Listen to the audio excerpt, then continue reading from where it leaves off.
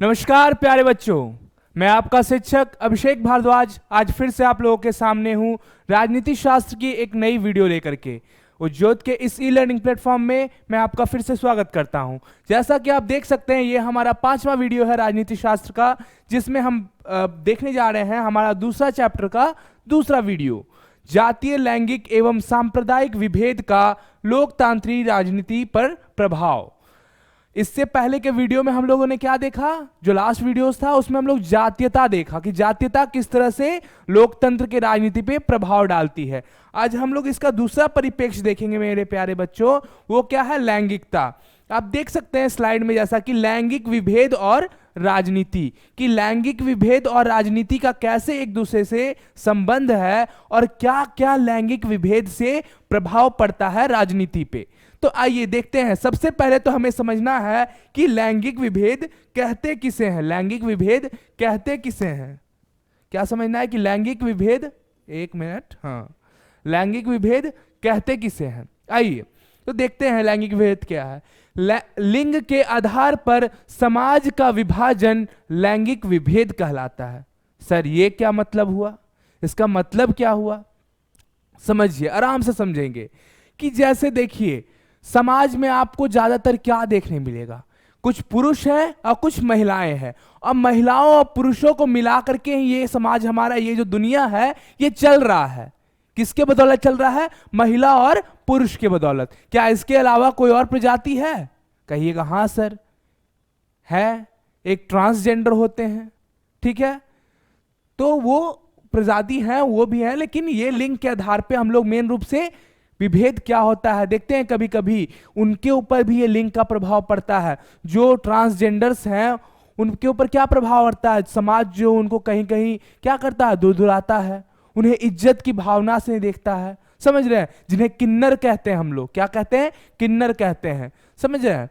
तो जब लिंग के आधार पे हम लोग समाज को जब बांटेंगे, कितने वर्गों में बांटेंगे बच्चों? तो 2 वर्गों में, एक पुरुष और एक महिला। कितने वर्गों में बांट रहे हैं? 2 वर्गों में। 2 ही वर्गों में ना बटा हुआ लिंग के आधार पे। जाति के आधार पे तो बहुत सारे वर्गों में बटा हुआ है, कुछ उच्च वर्ग के, कुछ निम्न वर्ग के। उच्च में भी कोई ब्राह्मण है, कोई राजपूत है, कोई क्षत्रिय है, कोई कुछ है। निम्न में भी कोई क्या धोबी है, कोई चमार है, कोई दुसाध है, इस तरह से, समझ रहे हैं? तो लिंग के आधार पे जो विभाजन हुआ है वो 2 स्तर पे हुआ है, एक महिला और एक पुरुष।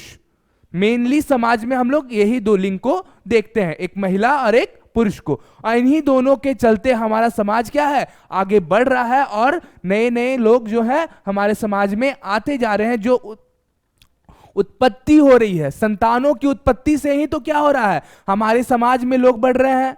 तो ये दोनों के चलते ही, महिला और पुरुष के चलते ही हमारा समाज बढ़ रहा है और हमारा समाज आगे बढ़ रहा है। तो लैंगिक विभाजन यानी जब समाज में हम लिंग के आधार पे, महिला या पुरुष के आधार पे लोगों में भेदभाव करेंगे तो लैंगिक विभाजन उसे कहा जाएगा। समझ रहे हैं? चलिए आइए, अब लैंगिक विभाजन के आधार क्या, किन किन आधारों पे लैंगिक विभाजन जो है वो होता है? पहला प्राकृतिक आधार और एक सामाजिक आधार। समझिएगा बच्चों, प्राकृतिक आधार क्या होता है? नाम से ही समझ में आ रहा है, जो चीज प्रकृति हमको दिया है, जो चीज हमें प्रकृति से मिली है, उसके आधार पे जब हम समाज को 2 वर्गों में विभाजित करेंगे तो उसे क्या बोलेंगे? प्राकृतिक आधार बोलेंगे मेरे प्यारे बच्चों। तो प्राकृतिक आधार क्या होगा? क्या आपका लिंग कोई बना के भेजता है? यहां आने पे आपका लिंग बनता है? नहीं, ये आपके मां, जब आप अपने मां के पेट में हो उसी समय आपका लिंग निर्धारित हो जाता है, एक्स और एक्स वाई के कॉम्बिनेशन से। समझ रहे हैं क्या? कि जो प्रकृति के द्वारा हमें प्रदत्त किया गया, यानी जो प्रकृति हमें देती है उसे प्राकृतिक आधार बोलेंगे, और जिसे जो चीज हमें समाज से मिलता है वो सामाजिक आधार पे बोलेंगे। तो प्राकृतिक आधार पे, जैसे आप अपने माँ बाप के संतान हो, जब आपका जन्म हुआ होगा तो कुछ जो है हमारी स्टूडेंट्स लड़कियां होंगी, कुछ लड़के होंगे। तो क्या आप जन्मने के बाद आपका समाज, आपके माँ बाप आपको लड़का या लड़की बनाए? क्या समाज या माँ बाप आपको लड़का लड़की बनाए? पुरुष महिला बनाए? नहीं। तो कौन बनाया? आप मां के गर्भ से ही, मां के पेट से ही लड़का या लड़की बन के पैदा हुए हैं मेरे प्यारे बच्चों। तो ये जो गर्भ अवस्था से ही जो विभेद हो उसे क्या बोलेंगे? प्राकृतिक आधार पे लैंगिक विभाजन।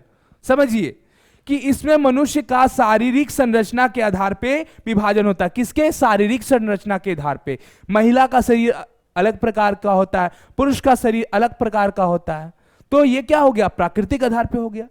अब सामाजिक आधार पे देखिए, अब यही महिला और पुरुष को जब समाज में हम रखें और बराबर का दर्जा ना दें तो सामाजिक आधार पे विभेद हो गया बच्चों। कैसे? आप देखते होंगे क्या होता है समाज में, बोला जाता है तुम तो लड़की हो, रात को 10 बजे घर से बाहर नहीं जाना है, समय पे घर पे वापस आ जाना है, और आपको क्या बाहर के लोगों से ज्यादा मिलने जुलने नहीं दिया जाता है। कहीं आपको बाहर पढ़ने जाना तो एक पहला सवाल क्या उठेगा? आप देखते होंगे लड़की है कैसे जाएगी बाहर, कैसे रहेगी? तो ये क्या? ये समाज दे रहा है। क्या भगवान आपका पेट से ऐसा हुआ कि आप पेट से निकले हैं तो आपको क्षमता ही नहीं है कि आप लड़की होके बाहर नहीं जा सकते हैं? ऐसा तो नहीं है।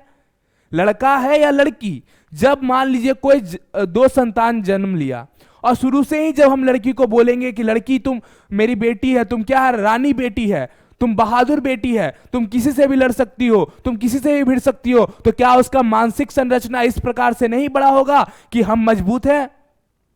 समझ रहे हैं? तो जब समाज हमारे किसी वर्ग को कमजोर और किसी वर्ग को ऊंचा दिखाता है तो यह क्या हो गया? सामाजिक आधार पे किसका हो गया? समाज का विभाजन हो गया। हमारे समाज में क्या होता है बच्चों? महिलाओं को क्या कहा जाता है कि तुम कमजोर हो, तुम दुर्बल हो, तुम बाहर नहीं जा सकती हो। और वहीं पुरुषों को, जो पुरुष हैं, क्या बचपन से तुम तो राजा बेटा है, राजा बेटा को चोट लगता है, राजा बेटा रोता है, इस तरह से बातें की जाती हैं। तो ये हमारा समाज ना हम लोग दोनों में विभेद कर रहा है, लड़के और लड़की में। समझ रहे हैं? एक डायलॉग सुने होंगे आप लोग, मर्द को कभी दर्द नहीं होता। हाँ, ये बहुत कोई बोलता भी है कि मर्द को कभी दर्द नहीं होता। जाइए तो किसी को थोड़ा दीजिए और पूछिए कि भाई तुम तो मर्द हो, दर्द हुआ? उसके बाद पूछिए क्या ये डायलॉग सच है या गलत है।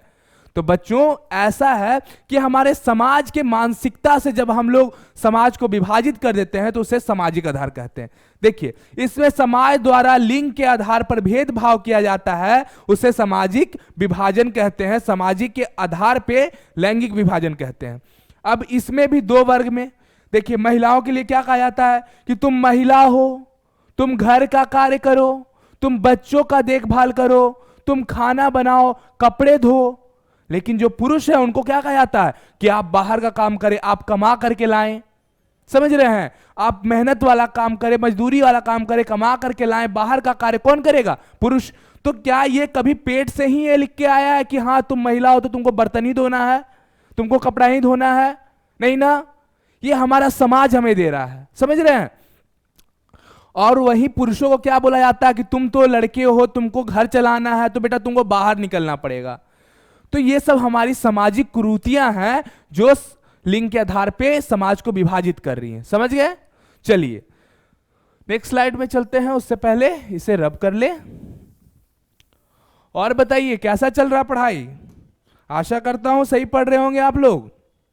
चलिए, अब स्वामी विवेकानंद क्या कहते हैं इस सामाजिक बुराई के बारे में, लिंग के आधार पे जो भेदभाव हो रहा है उसके बारे में स्वामी विवेकानंद कहते हैं, नारियों की स्थिति में सुधार लाए बिना समाज का कल्याण की बात सोचना उसी प्रकार है जैसे एक पंख से उड़ान भरना। समझिए, जैसे जो हमारा समाज है बच्चों, जो हमारा समाज है, जो भारत है या फिर जो हमारा समाज है, वो क्या है? एक चिड़िया है। ठीक है? हमारा समाज एक चिड़िया है। और चिड़िया किससे उड़ती है बच्चों? चिड़िया पंख से उड़ती है। किससे उड़ती है? पंख से उड़ती है। और उसी समाज जो कि चिड़िया है उसके 2 पंख हैं, एक महिला और एक पुरुष। कौन? एक महिला और एक पुरुष। अगर हम किसी एक पंख को काट देंगे, महिला को काट देंगे या फिर पुरुष को काट देंगे, तो क्या ये समाज नाम की चिड़िया उड़ पाएगी? समझ रहे हैं? आप फिर से समझिए, कहने का मतलब क्या है कि जो हमारा समाज है वो एक चिड़िया की भांति है बच्चों। और ये चिड़िया तभी ऊंचे आसमान में उड़ान भर सकता है जब इसके दोनों पंख सही सलामत हो। अगर आप इसके एक पंख को चोटिल कर दीजिएगा, काट दीजिएगा, दबा दीजिएगा, नीचे कर दीजिएगा, तो क्या वो चिड़िया उड़ पाएगी? नहीं ना। तो इसी चलते हम बोलते हैं, स्वामी विवेकानंद कहते हैं कि महिला और पुरुष दोनों क्या है, उस पंख की चिड़िया, समाज नुमा पंख की जो चिड़िया है उसके पंख है, और अगर एक को भी तुम दबाओगे तो समाज हमारा आगे नहीं बढ़ पाएगा। चलिए, लैंगिक विभाजन का सामाजिक प्रभाव महिलाओं पर बहुत बुरी तरह पड़ा है। ये हम देख सकते हैं कि महिलाओं पे बहुत बुरी तरह प्रभाव पड़ा है। किसका? लैंगिक विभाजन का। उनको दबाया गया है, उनको आगे नहीं बढ़ने दिया गया। किस आधार पे? लिंग के आधार पे। तो लिंग का बुरा प्रभाव पड़ा ना बच्चों। नेक्स्ट है, भारत ही नहीं बल्कि विश्व के कई देश, चाहे वो विकसित हो अथवा विकासशील हो, चाहे वो विकसित हो अथवा विकासशील हो, महिला सशक्तिकरण की चुनौती का सामना कर रहे हैं। किसका सामना कर रहे हैं? महिला सशक्तिकरण का सामना कर रहे हैं। अब देखिए यहां पे कुछ वर्ड्स हैं जिसे हम समझ लेते हैं। एक क्या है आपका विकसित, पहले इसे देखेंगे कि विकसित क्या होता है। तो विकसित का मतलब क्या हो रहा है कि वैसा जगह जहां पे सब कुछ क्या हो, आगे बढ़ चुका हो। अब इसका मतलब क्या होता है सर?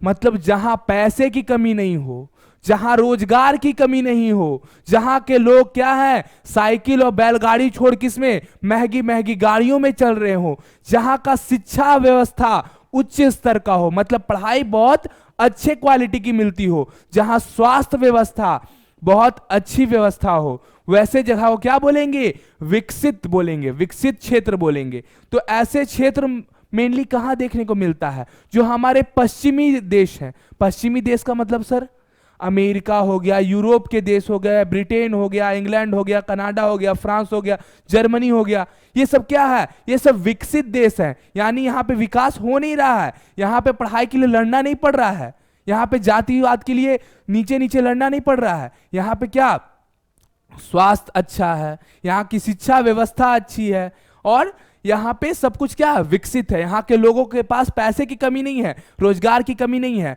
तो वैसा क्षेत्र जहां रोजगार, वैसा क्षेत्र जहां रोजगार, पैसा, समझ रहे हैं, शिक्षा, स्वास्थ्य, वहां की अर्थव्यवस्था, ये सभी अच्छे स्तर की होगी, तो उसे क्या बोलेंगे? विकसित क्षेत्र बोलेंगे। समझ गए बच्चों?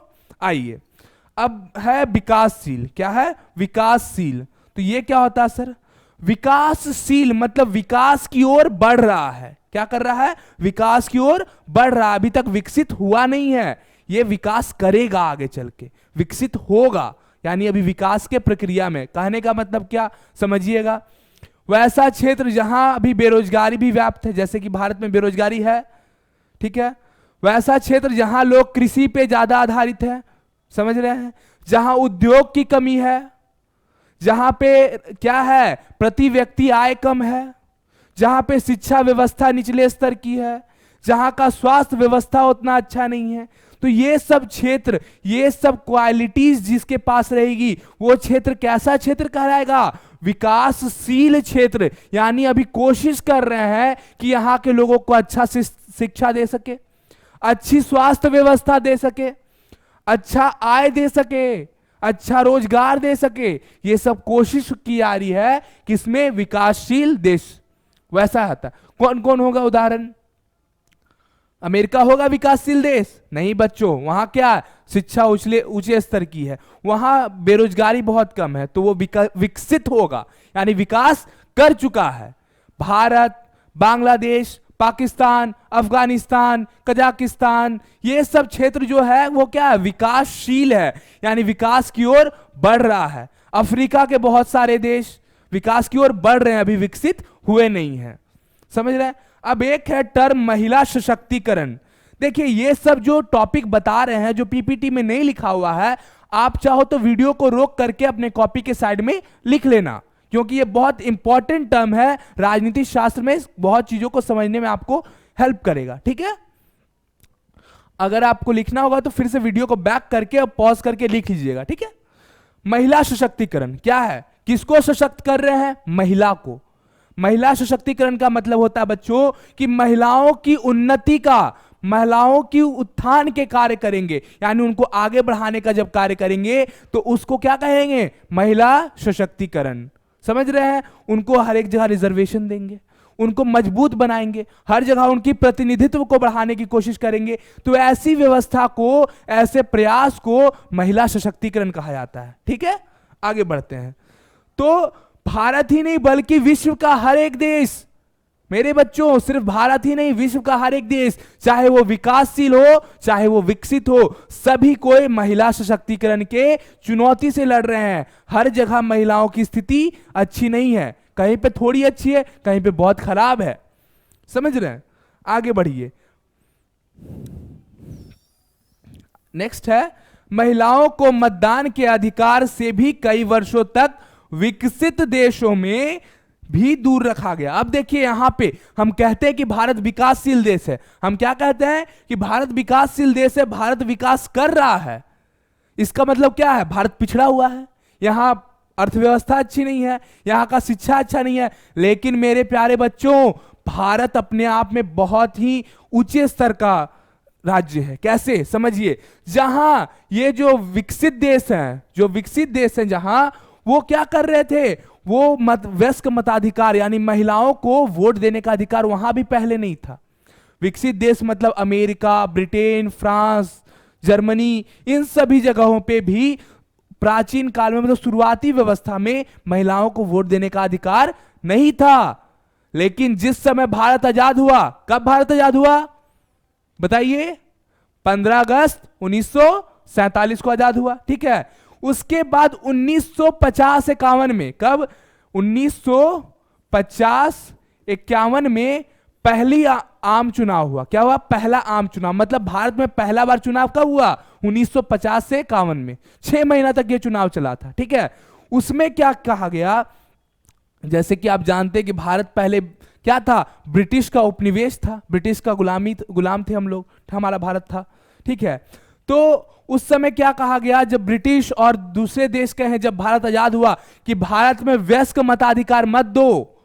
अब वयस्क मताधिकार का मतलब क्या होता है? सार्वभौमिक वयस्क मताधिकार। देखिएगा क्या है, यहां पे एक टर्म है सार्वजनिक वयस्क मताधिकार। इसका मतलब क्या होता है समझिएगा।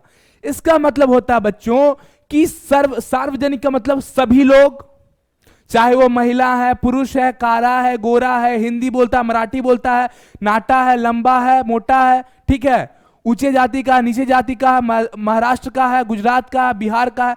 भारत में कहीं का भी आदमी हो, किसी भी भाषा को बोलता हो, किसी भी रंग का हो, सभी को क्या होगा, जब वो वयस्क हो जाएंगे, वयस्क का मतलब क्या, 18+, मतलब जब उनकी आयु 18 वर्ष हो जाएगी तब उन्हें क्या होगा, मताधिकार। मत का मतलब क्या होता है, वोट, वोट देने का अधिकार मिलेगा। किसको? भारत के सभी नागरिकों को, किसी भी जाति, किसी भी संप्रदाय, किसी भी भाषा, किसी भी बोली, किसी भी रंग के व्यक्ति हो, हर एक व्यक्ति को 18 वर्ष हो जाने पे उसे अपना मतदान यानी वोट देने का, अपने प्रतिनिधि को चुनने का अधिकार मिलेगा। इसे ही क्या कहेंगे, सार्वजनिक वयस्क मताधिकार कहेंगे। क्या कहेंगे, सार्वजनिक वयस्क मताधिकार। ठीक है, चलिए, तो आप देख सकते हैं बच्चों कि वहीं जहां पूरे विश्व में जो देश अपने आप को विकसित कहते हैं, अपने आप को आगे बढ़ा हुआ कहते हैं, उन लोगों के पास क्या था, आपको वयस्क मताधिकार नहीं था, यानी वहां महिलाओं को वोट देने का अधिकार नहीं था। लेकिन वहीं जब भारत 1950-51 में अपना पहला आम सभा चुनाव किया, तो क्या किया वहां पे बच्चों, वहां सार्वजनिक वयस्क मताधिकार का प्रयोग किया। मतलब महिला हो, पुरुष हो, नीचे जाति का हो, ऊंचे जाति का हो, पढ़ा हुआ हो या फिर अनपढ़ हो, सभी को वोट देने का अधिकार था। समझ रहे हैं, सार्वजनिक वयस्क मताधिकार समझ गए। इसका मतलब किसी भारत के हर एक नागरिकों को वोट देने का अधिकार है, उनके साथ कोई भेदभाव नहीं किया जा सकता है।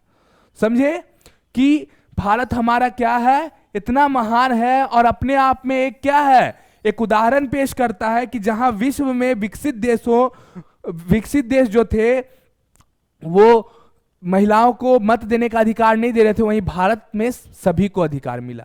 आइए, महिलाओं की दयनीय सामाजिक स्थिति के लिए उत्तरदायी कारण।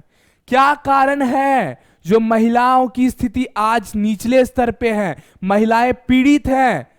क्या पेट से जन्मते ही कोई भी महिला पीड़ित होती है? नहीं बच्चों, ये सामाजिक कुव्यवस्था, ये सामाजिक कुरीतियां महिलाओं को पीड़ित बना देता है। तो आइए समझते हैं क्या क्या है।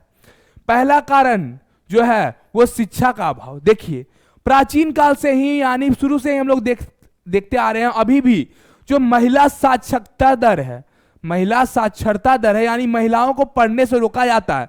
उन्हें कहा जाता है, आप भी देखते होंगे अपने गांव घरों में, अपने आस पड़ोस में, अपने घर में, कि क्या कहा जाता है लड़कियों को, तुम तो बेटी हो, तुम्हारा शादी हो जाएगा, पढ़ के क्या करोगी, पढ़ के कहां जाना है, तुम्हारा तो शादी ही करना लास्ट में। तो शिक्षा का अभाव महिलाओं को पिछाड़ रहा है, समझ रहे हैं। एक कारण क्या हुआ, शिक्षा का अभाव। क्यों? क्योंकि सभी की मानसिकता यह है कि महिला हो, तुम क्या करोगी पढ़ के, तुमको तो ब्याह करना है, चल जाओगी वहां रोटी बनाओगी, कपड़ा धोगी, यही तुम्हारा कार्य है। तो ये गलत है, यानी शिक्षा का अभाव भी महिलाओं को पिछाड़ने में काम कर रहा है। एक अगला है पर्दा प्रथा। पर्दा प्रथा क्या है बच्चों, कि प्राचीन काल से ही देखते होंगे, अभी तो बहुत हद तक ये ठीक हो चुका है और शिक्षा का अभाव भी अब ठीक हो रहा है। अब के जो गार्जियन है, जो माता पिता है, वो बच्चियों को भी पढ़ाना चाह रहे हैं, बहुत अच्छी बात है। आप लोग भी अपने बहनों को सपोर्ट कीजिए, अपनी बेटियों को सपोर्ट कीजिए और अपने समाज में हर एक महिला को, हर एक स्त्री को सपोर्ट कीजिए कि तुम पढ़ो और तुम आगे बढ़ो। क्योंकि जब तक एक महिला विकसित नहीं होगी तो मेरे प्यारे बच्चों, कभी भी ये देश, ये समाज विकसित नहीं हो सकता है। समझ रहे हैं। अब पर्दा प्रथा क्या है, इसका मतलब होता है महिलाओं को घूंघट में रखना। यह शिक्षा का अभाव कैसे हुआ पहले, अब पर्दा है, तुम बाहर नहीं जा सकती पढ़ने के लिए, तुम कॉलेज स्कूल नहीं जा सकती हो, तो तुम पढ़ने कैसे जाओगी, तुमको नुका छुपा के घर में रखा जाएगा। क्यों? क्योंकि तुम तो लड़की हो, तुम्हारा बस इतना गुनाह है कि तुम लड़की हो, इसलिए तुम्हें पर्दा में रहना है। तो यह भी क्या है, जो है महिलाओं की दयनीय स्थिति का एक कारण है। अगला देखिए, सती प्रथा एवं बाल विवाह। प्राचीन काल में क्या होता था बच्चों, कि महिलाओं की जो शादी थी या पुरुषों की जो शादी थी, बाल विवाह। बाल विवाह मतलब 18 वर्ष से कम, यानी छोटे छोटे अवस्था में, जब वो 12 साल के हैं, 8 साल के हैं, 5 साल के हैं, 10 साल के हैं, इस अवस्था में लड़के लड़की का विवाह करा दिया जाता था।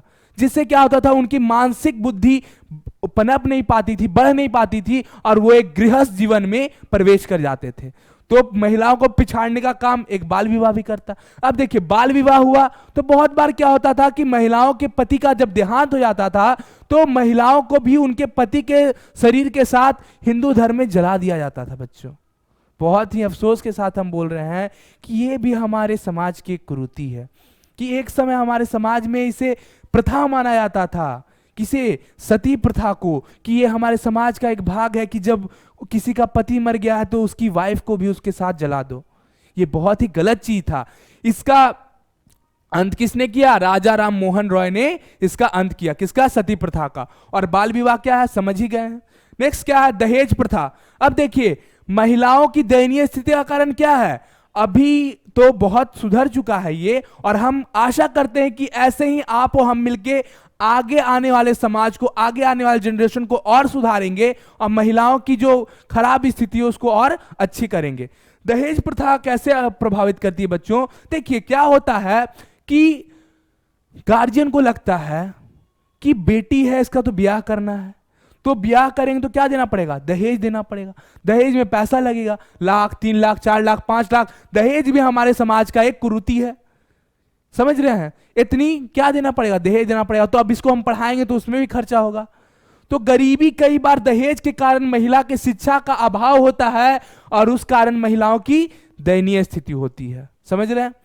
अगला है स्त्री भ्रूण हत्या। क्या है? स्त्री भ्रूण हत्या। इसका मतलब होता है कि जब कोई मां गर्भवती है, मतलब उनके पेट में बच्चा पल रहा है, तब बहुत बार क्या होता है, डॉक्टरों के पास जाकर के उनका ईसीजी करके, ईसीजी बोल रहे हैं, उनका जो है सीटी स्कैन करके पता कर लिया जाता है कि अंदर पेट में महिला है या पुरुष है, जो बच्चा है वो लड़का है या लड़की है। तो पहले जैसे महिलाओं को क्या अपना बोझ माना जाता था, तो वहां लोग क्या करते थे, अगर वो बच्चा लड़की निकली तो उसे वहीं पे क्या, पेट में ही उसकी हत्या कर दी जाती थी, उसे मार दिया जाता था बच्चों। तो ये भी आज के समय में लड़कियों को पीछे, महिलाओं को पीछे पिछाड़ने का एक कारण क्या है? स्त्री भ्रूण हत्या। एक है स्त्री पुरुष में विभेद। अब क्या है, ये तो सबसे बड़ा कारण है कि हमारे समाज में बोलता है स्त्री नीची है, उसको घर का काम करना है, उसको कपड़ा धोना है, उसको बर्तन मांजना है, उसको रोटी बनाना है, वहीं पुरुष को बाहर का काम करना है, वो घर का मालिक है। तो ये विभेद भी स्त्रियों को पिछाड़ रहा है। मैं आशा करता हूं कि आप लोगों को ये चीज समझ में आया होगा किस तरह से शिक्षा, दहेज प्रथा, सती प्रथा, बाल विवाह और स्त्री भ्रूण हत्या एवं स्त्री पुरुष में विभेद महिलाओं को दयनीय स्थिति में ला रहा है।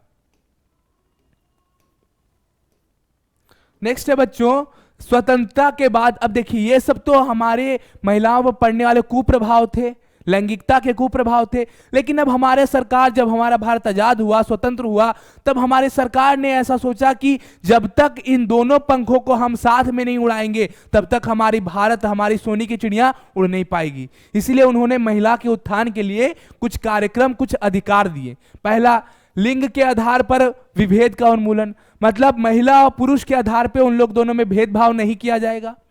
दूसरा, नियोजन पाने में महिलाओं को समानता का अधिकार, मतलब कहीं पुरुष है या महिला है, कहीं लिंग के आधार पे भेदभाव नहीं करेंगे कि तुम महिला है तो तुमको ये काम नहीं देंगे। आप देखते हैं बच्चों कि आज एक महिला फाइटर प्लेन भी चला रही है, एक महिला रेलगाड़ी भी चला रही है, एक महिला टोटो टेम्पू भी चला रही है। यानी ये महिला वो है जो जब उसको अपने परिवार के लिए जब आवश्यकता पड़ेगी तो वो कुछ भी कर सकती है।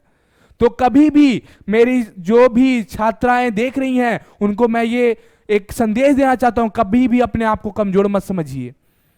समझ रहे हैं, आज हमारे देश की राष्ट्रपति भी महिला बन चुकी हैं, बनी है ना, स्पीकर भी रही हैं महिला, रेलगाड़ी, टेम्पू सब कुछ चला रही हैं।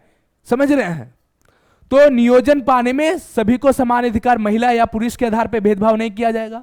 दूसरा, नारियों के लिए भी वयस्क मताधिकार, मतलब क्या, कभी भी लिंग के आधार पर नारियों को वोट देने से रोका नहीं जाएगा।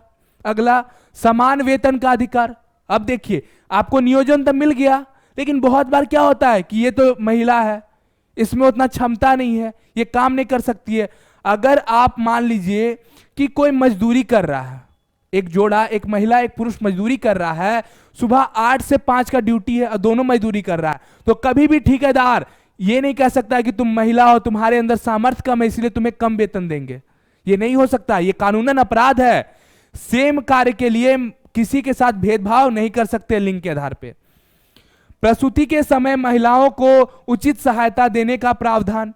अब प्रसूति क्या होता है, जब महिला क्या गर्भावस्था में रहती है, यानी गर्भ धारण किए रहती है, मतलब जब वो मां बनने वाली रहती हैं तो उन्हें छुट्टियां दी जाती है, 6 महीने के बाद उन्हें छुट्टियां दी जाती है, बेड रेस्ट दिया जाता है, फिर भी उस समय उनकी तनख्वाह नहीं काटी जाती। तो ये क्या, सरकार का अच्छा हमारे एक इनिशिएटिव था, अच्छा एक कदम था कि महिलाएं जब गर्भ धारण कर ले, जब वो मां बनने आ जाती है तो सरकार भी उसका समर्थन करेगा कि हाँ तुम जाओ, तुम घर में बैठो, तुम क्या करो, आराम करो, लेकिन तुम्हारा वेतन नहीं कटेगा। समझ रहे हैं। अगला है, लड़कियों के विवाह की आयु कम से कम 18 वर्ष निश्चित किया गया। इससे भी क्या हुआ, देख रहे थे पहले बाल विवाह हो जा रहा था तो उसके कारण भी पढ़ नहीं पा रही थी, तब वो सब तो रुकेगा जब 18 कम से कम 18 वर्ष किया गया। हालांकि इसको और बढ़ाना चाहिए, मेरा सोच है जैसे अभी पुरुषों के लिए 21 वर्ष किया गया है वैसे ही महिलाओं के लिए भी 21 वर्ष की मिनिमम आयु, कम से कम आयु रखनी चाहिए। 18 वर्ष में क्या होता है, 18 वर्ष में तो मानसिक चेतना भी नहीं पूरी तरह से खुल पाती है, आपका माइंड भी पूरा डेवलप नहीं हो पाता है। अगला, पहली पंचवर्षीय योजना में महिलाओं के आर्थिक विकास के लिए कार्यक्रम प्रारंभ किए गए। महिलाओं की आर्थिक विकास कैसे होगी, जब वो उनके पास रोजगार आएगा, जब उनके पास पैसा आएगा, उसके लिए कार्यक्रम किया गया। छठी पंचवर्षीय योजना में महिलाओं के कल्याण को विकासात्मक गतिविधि का एक भाग माना गया। समझिए बच्चों, बहुत इंपॉर्टेंट चीज है कि यदि महिला का विकास हो रहा है, महिला का कल्याण हो रहा है, तो किसका कल्याण हो रहा है, हमारे समाज का कल्याण हो रहा है। बोलिए कैसे सर, समझिए, अगर आपकी मां पढ़ी लिखी रहेंगी और एक मां जो बेचारी किसी कारणवश नहीं पढ़ पाई, तो क्या वो आपको पढ़ा पाएगी, नहीं। वही आपकी मां अगर बहुत अच्छा पढ़ी लिखी है तो आपको पढ़ाएंगी ना, तो आपका पहला कल्याण तो आप ही का हो गया। अब वो पढ़ी लिखी शिक्षित है, उनका मानसिक विकास हो चुका है, तो वो अपने घर को, अपने समाज को सहेज के रखेंगी। तो क्या ये हो रहा है ना बच्चों, किसका, समाज का विकास हो रहा है। यानी महिला विकास इक्वल्स टू समाज विकास, ठीक है। चलिए, तो ये सब क्या थे? अधिकार थे और कुछ प्रयास थे भारत सरकार द्वारा स्वतंत्रता के बाद महिलाओं को जो दिए गए हैं उनके उत्थान के लिए। नेक्स्ट स्लाइड में चलते हैं। नेक्स्ट स्लाइड है ग्रामीण महिला और शिशु विकास योजना। 1982 में ग्रामीण महिला एवं शिशु विकास योजना लागू किया गया। क्या है? गरीबी रेखा से नीचे, यानी जो गरीबी रेखा से नीचे, बीपीएल जिसको बोलते हैं, क्या बोलते हैं? बीपीएल। देखते होंगे लाल कार्ड, लाल कार्ड जिसके पास रहता है उसे बीपीएल वाला बोलते हैं, ठीक है, इस तरह समझिए। तो जो गरीबी रेखा से नीचे हैं उनके गुजर बसर करने वाली ग्रामीण महिलाओं के लिए स्वरोजगार का अवसर जुटाना। मतलब क्या हुआ? इसमें महिलाओं को सशक्तिकरण करने का एक तरीका कि जो स्वरोजगार मतलब खुद से अपना रोजगार जुटाना। इसका कब शुरू किया गया? 1982 में महिला और शिशु विकास योजना के तहत। समझ रहे हैं? चलिए, राष्ट्रीय महिला आयोग 1990। इसी समय राष्ट्रीय महिला आयोग अधिनियम पारित हुआ। क्या हुआ? राष्ट्रीय महिला आयोग अधिनियम, जिसके माध्यम से क्या हुआ कि जो महिला आयोग था उसको अधिकार दिया गया कि महिलाओं के साथ जो भेदभाव होता है, जो उत्पीड़न होता है, उसके लिए आप क्या कर सकते हैं? उसके लिए आप कदम उठा सकते हैं, महिलाओं के भेदभाव उत्पीड़न से बचा सकते हैं। समझिए, इस आयोग को महिलाओं के विरुद्ध अपराधों के मामलों की जांच करने एवं महिलाओं की शिकायतें सुनने का अधिकार प्राप्त था। किसको? राष्ट्रीय महिला आयोग जो कि 1990 में स्थापित हुआ, उसे क्या था अधिकार प्राप्त कि महिलाओं के विरुद्ध जो अपराध हो रहे थे उसे की जांच करने का और उस महिलाओं की शिकायत सुनने का अधिकार किसको था? राष्ट्रीय महिला आयोग का। अगला आइए, राष्ट्रीय महिला उत्थान नीति की घोषणा 1975 में की गई। कब की गई? 1975 में। देखिए, यही समझ लीजिए, राष्ट्रीय महिला, अब क्या उत्थान मतलब महिला को कैसे आगे बढ़ाएंगे, इसके लिए 1975 में एक कानून आया। क्या था कानून? इसका उद्देश्य क्या था वो देखते हैं। इसका उद्देश्य था महिला उत्थान और विकास के लिए आधारभूत व्यवस्था निर्धारित करना। मतलब किस तरह से महिला विकास करेगी उसका एक क्या करना, उसका एक डायग्राम बनाना, उसका एक ब्लूप्रिंट बनाना, योजना बनाना कि महिला को किस तरह से उत्थान कराया जा सके। समझ रहे हैं? तो यहां देख लिया हम लोग क्या क्या था। ग्रामीण महिला और शिशु विकास योजना का क्या कार्य था, राष्ट्रीय महिला आयोग का कार्य क्या था, राष्ट्रीय महिला उत्थान नीति की घोषणा क्यों की गई। चलिए आइए अगले स्लाइड में चलते हैं। अब देखिए यहाँ पे कुछ डाटा है बच्चों, उसे देखिए कि महिला की क्या स्थिति है हमारी राजनीति में, राजनीति प्रतिनिधित्व में महिला की क्या स्थिति है। देखिए लोकसभा में, भारत में लोकसभा है 14.36% है, जो कि एक बहुत ही न्यून प्रतिशत है। क्या है? बहुत ही कम प्रतिशत है। इसे हमें बढ़ाने का प्रयास करना चाहिए। वहीं दूसरे देशों में 15 से 25% है। राज्यसभा में कितना? 10.87%। विधानमंडल में 3.9%, सबसे कम। सोचिए, विधानमंडल में सबसे कम, यानी मंत्रियां जो हैं वो बहुत कम हैं। समझ रहे हैं? महिला मंत्री जो है बहुत कम है। अब वही देखिए पंचायत, ग्राम पंचायत या नगर परिषद में 33% क्या किया गया है? आरक्षण की व्यवस्था की गई है। आरक्षण की व्यवस्था की गई है। महिलाओं के आरक्षण की व्यवस्था कहां की गई है? ग्राम पंचायत एवं नगर परिषद में। कितनी प्रतिशत आरक्षण? 33% आरक्षण।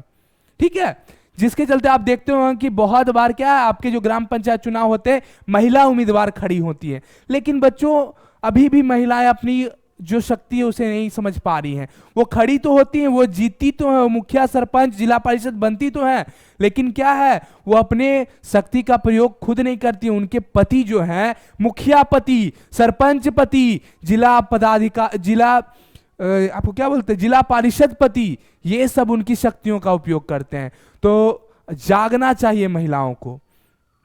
अब देखिए कुछ उदाहरण देख लीजिए कि हमारी महिलाएं आगे भी बढ़ी हैं। जैसे श्रीमती प्रतिभा देवी सिंह पाटिल, जो कि 2007 में भारत की पहली महिला राष्ट्रपति बनी थी। भारत की पहली महिला राष्ट्रपति कौन थी? श्रीमती प्रतिभा देवी सिंह पाटिल। कब बनी? 2007 में बनी। और देखिए मीरा कुमार 2009 से 2014 तक में पहली महिला लोकसभा अध्यक्ष रही। पहली महिला लोकसभा अध्यक्ष कौन रही? मीरा कुमार, 2009 से 2014 में। ठीक है बच्चों, तो ये हम लोगों ने कुछ डाटा देखा और देखा। अब देखिए बच्चों कि यहाँ क्या है, जो है प्रतिशत जो है बहुत कम है। अब बताइए, जब तक कोई राजनीति में नहीं उतरेगा, जैसे अभी हम लोग लास्ट वीडियो में हम लोग देख रहे थे कि हर एक वर्ग का, हर एक जाति के लोग राजनीति में अभिरुचि लेने लगे हैं, उनका सहभागिता हुआ, तो उससे वो अपनी स्थिति को मजबूत करना चाहेंगे। और जब तक महिलाओं का राजनीति में जो प्रतिशत है बढ़ेगा नहीं, तब तक महिलाओं की स्थिति मजबूत हो पाएगी? नहीं हो पाएगी बच्चों। क्यों? क्योंकि जो पॉलिसीज हैं वो महिला के फेवर में, महिला के लिए ज्यादा अच्छे से नहीं बन पाएंगे। जब एक महिला का दुख समझेगी तभी ना वो उसे बता पाएगी। समझ रहे हैं? यानी जितने महिला हैं, जितने पुरुष हैं, 50-50 का दोनों का रेशियो रहना चाहिए, तब हमारा देश क्या है, बहुत अच्छी तरह से आगे बढ़ पाएगा। आइए देखिए, महिलाओं के कल्याण के लिए कई महत्वपूर्ण कदम तो उठाए जा रहे हैं, परंतु राजनीति में जब तक महिलाओं का प्रतिनिधित्व बढ़ाने की आवश्यकता है। क्या है? राजनीति में महिलाओं के प्रतिनिधित्व बढ़ाने की आवश्यकता है। क्यों? क्योंकि जिससे महिलाएं जो है अबला है, अबला मतलब जो कमजोर है, वो क्या बन पाएंगी, सबला बन सकेगी, अपने आप को मजबूत कर सकेगी। जब वो शासन व्यवस्था में उतरेगी तब अपने वर्ग के लिए, महिला वर्ग के लिए उत्थान का कार्य करेगी, उनके भेदभाव को कम करने का कोशिश करेगी। समझ रहे हैं? हालांकि हमारा देश अब महिला और पुरुष का जो भेद है उसमें बहुत कम किया है और बहुत जगह महिलाओं का आगे बढ़ना हम देख सकते हैं, लेकिन अभी हमें इसे और प्रोत्साहित करना है। और मेरी सभी छात्राओं को मेरा ये एक संदेश है कि आप बहुत ईमानदारी से पढ़िए और आपको भी इस राजनीतिक प्रतिनिधित्व में अपनी सहभागिता देनी है और इस राज्य को आगे बढ़ाना है। तो मेरे प्यारे बच्चों, ये था आज का क्लास, जिसमें हम लोगों ने देखा किस तरह जो लिंग पे आधारित जो कुरीतियां हैं, जो समाज की जो व्यवस्था है, वो हमारे लिए हानिकारक है और क्या क्या करना चाहिए इससे बचने के लिए। तो मेरे प्यारे बच्चों, मैं आशा करता हूं आप लोगों को ये वीडियो अच्छा लगा होगा। इसी तरह के कंटेंट को देखने के लिए जुड़े रहिए उज्ज्योत के ई लर्निंग प्लेटफॉर्म से। तब तक मुझे इजाजत दीजिए। नमस्कार, धन्यवाद और पढ़ते रहिए।